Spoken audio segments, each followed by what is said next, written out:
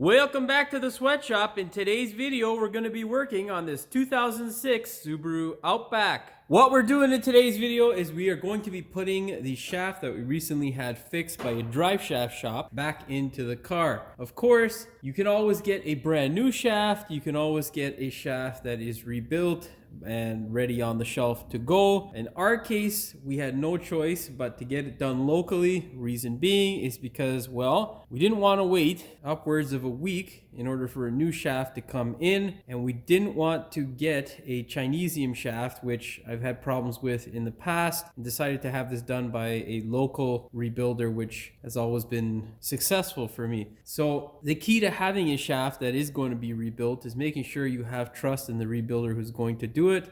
Make sure you talk to people who may have possibly used this rebuilder, and make sure you get a decent product, because a lot of guys don't do things very well. I'm sure if you've installed rebuilt starters or alternators for quite a while, you'll know exactly what I'm talking about. Anyhow, this is not a hard job.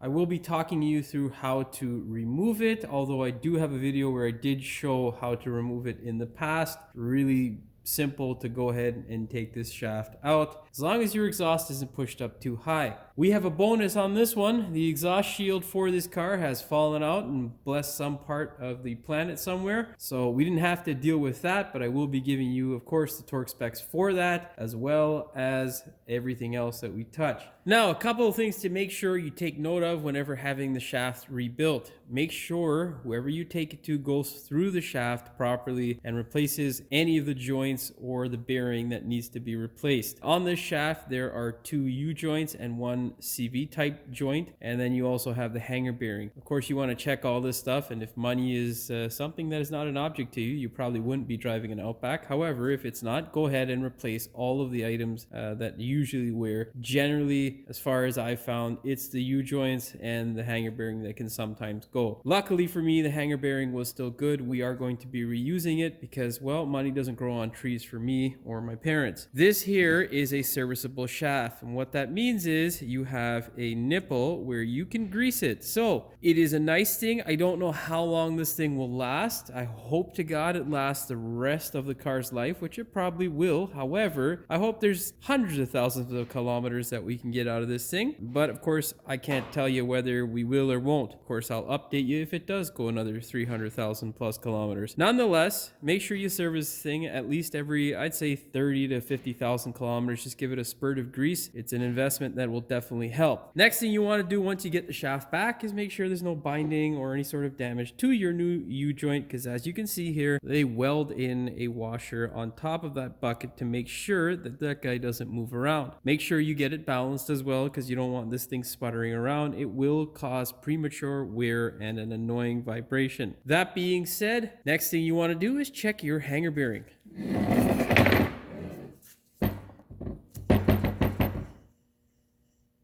You can hear this guy is relatively quiet. Make sure this guy here doesn't have any sort of play. This is the CV portion. This will have a bunch of balls and cage like a CV shaft. And you can see there, we don't really have any play. And then lastly, same thing for this joint here. Just check it, make sure it's nice and ready to be installed. This is already greased by my Driveshaft rebuilder. And then the next thing you want to do is just clean off either end. So clean off the slip yoke as well as this portion here to make sure that there's no rust on it, and you'll be ready to install it. Yeah, Driveshafts, other than being expensive as hell, these things are actually really easy to install, as long as you do the work that's needed prior to you trying to install it. What is that work that you need to take care of? Well, it is cleaning up the hardware, provided it comes out of the car without giving you any headaches. That is what I usually have happen, although these guys can break the little captive nut that is inside the body, and that can be a real nightmare. So I always recommend spraying a little bit of WD-40 whenever trying to get these guys off, and then you want to hit it with the gun just to make sure that it will move. If it moves relatively easily, you should be okay, but that WD-40 will provide a good amount of lubricity so these bolts don't give you a headache in your captive nuts. Now,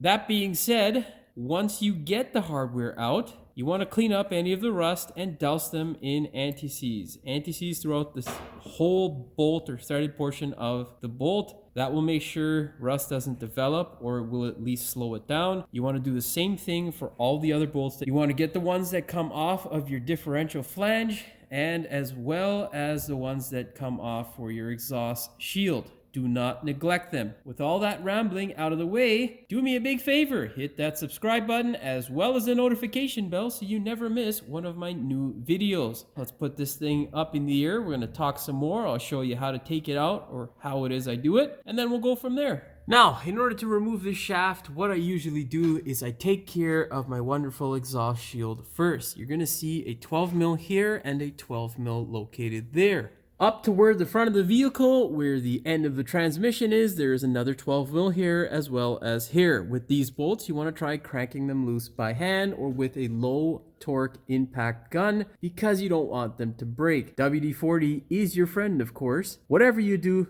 don't break them. Otherwise, you'll have a nice fluttering sound from your shield, which will drive you goddamn nuts. Of course, once you get the shield off, you're going to come around to this side and just pull it out gently. You want to work the thing out easily. Do not yank on it like an ape. You will destroy it. Now, for those of you saying, hey, well, why don't you just take the exhaust out? Well, the exhaust never looks like this. This was recently replaced, and of course, it is Chinesium. I think I did this probably about 3 years ago now, or 2 years ago, and well, it's actually holding up fairly decently. This is not what the stock one looks like, especially by the time your drive shaft goes. If you touch this, you'll be fixing it for sure, and that will add a good amount of money to your bottom line. So don't touch it. Leave it alone. Your next step is to go ahead, get your WD-40 or whatever the hell kind of lubricant you like. Spray it into the holes on either side. Make sure you get it nice and wet, because no one likes it dry, and you don't want broken bolts to deal with. Once you pull those bolts out, go to the back. What you're going to do is get yourself a pry bar. You're going to stick it in between the drive shaft like so. You're going to get a 12 mil wrench and break these guys loose. You're going to also put the car into neutral and rotate this wonderful thing back and forth until you get all 4 bolts out. What I like to do is crack all the bolts first and then loosen them out one by one with a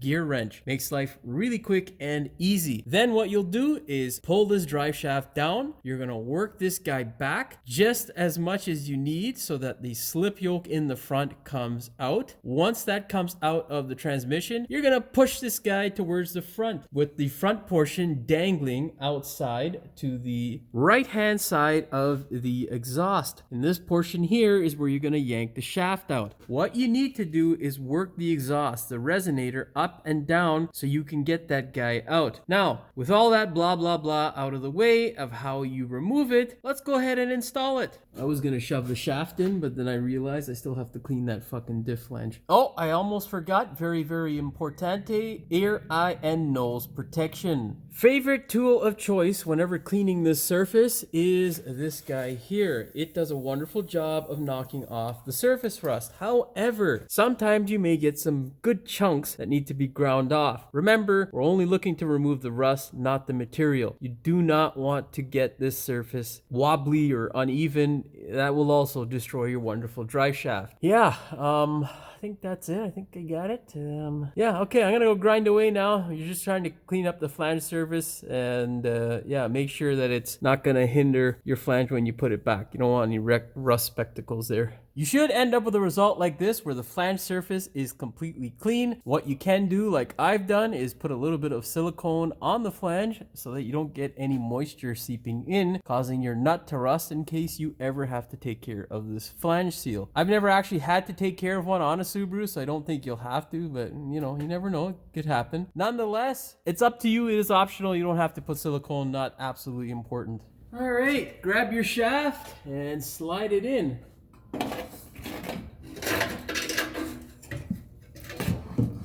It's exactly the same process as removing it, except the reverse.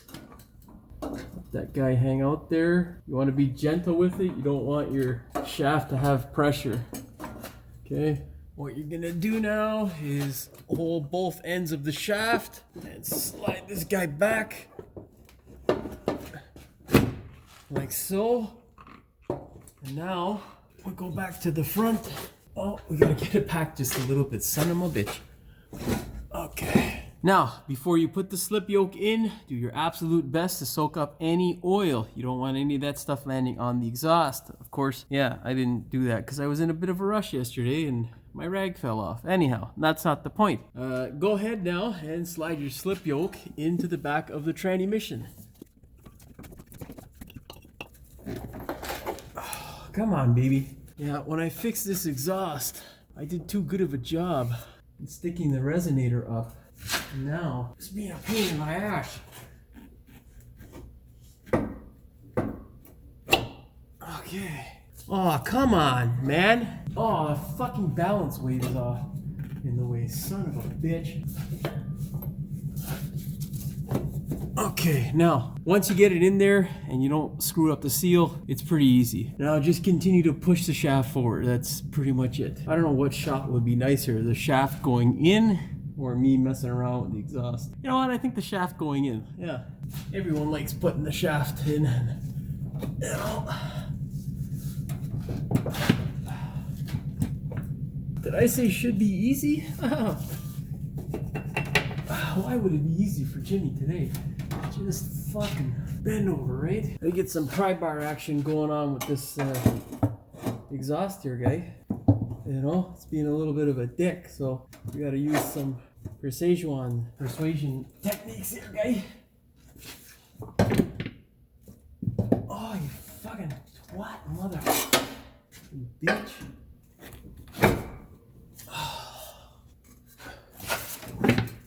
There we go. See? Easy, right? Now get those wonderful 14 mils. Now all you gotta do is slide these guys in. Should be close enough to thread them up by hand. Always thread them up by hand. You never want to try and catch them with the gun, because if you cross thread it, well, not fun. Don't tighten them up, just run them up.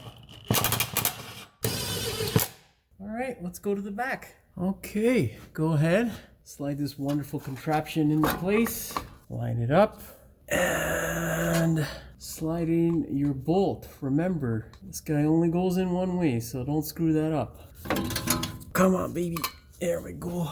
Remember, the washer and then the nut. Okay.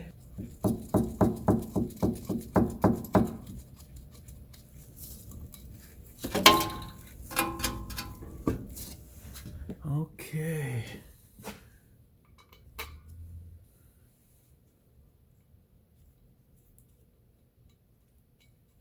Oh, come on.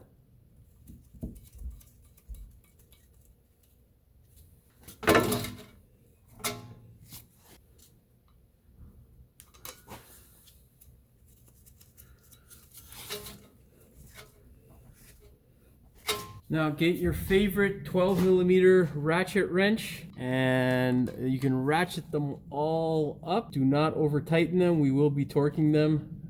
You can do it without torquing it as well. That's what I usually do, but yeah. All right, grab your torque wrench, set it to 23 foot-pounds or 31 Newton meters. Now remember, you're not gonna be able to get a socket on there, so you're gonna have to torque it with a contraption like this. What I do, because, well, I find myself having more headaches with extensions, or crow's foot extensions, or what they're called, I think. Can't remember the exact term, but there's different types of crow's feet and ones that are extended for this purpose. However, I find myself having much more success because these are usually low torque bolts. You just get a wrench, get an old socket like this, and just cut it up. I find this to be much more beneficial for me because I find that the extensions sometimes get in the way. You know, I can cut these cheap wrenches up relatively cheaply. So this is what I do. Anyhow, I'm rambling on too much about this. You're gonna go ahead and grab this guy. Remember, the only right way to do it is at a right angle towards the head. That is gonna translate the correct amount of torque. If you do it like this, it's gonna be too much, and if you do it like so, it's gonna be too little. So set it at 90 degrees. You're gonna go ahead, grab your wonderful pry bar, stick this guy in here like so, and then just torque. And there we go. That's that. Okay, now I'm gonna go do the rest. Grab your torque wrench, set it to 38 foot-pounds or 52 Newton meters. All right. Good to go. Now, if you have those wonderful exhaust bolt shields to deal with, the torque spec for them is 13 foot-pounds or 18 newton meters. Don't forget to go ahead and clean up all this residue. Make sure you get as much off as possible. Give it a spurt of brake clean, and you should be good to go. Well, that's all she wrote for this one. All you got to do now is take the thing for a test drive. Make sure all is well with the Subaru and you don't have any weird vibrations or noises coming from the center drive shaft. That being said, hopefully you found the video entertaining as well as informative. If you did, please like, share, and subscribe. Don't forget to hit the notification bell so you never miss one of my new videos. And as always, thanks for watching. We will see you in the next one. Welcome back to the sweatshop. Do you have a... Oh, fuck. Wrong thing. What we're doing in today's video is we're going to be replacing the center drive shaft. Well, that doesn't make sense because we're not replacing it.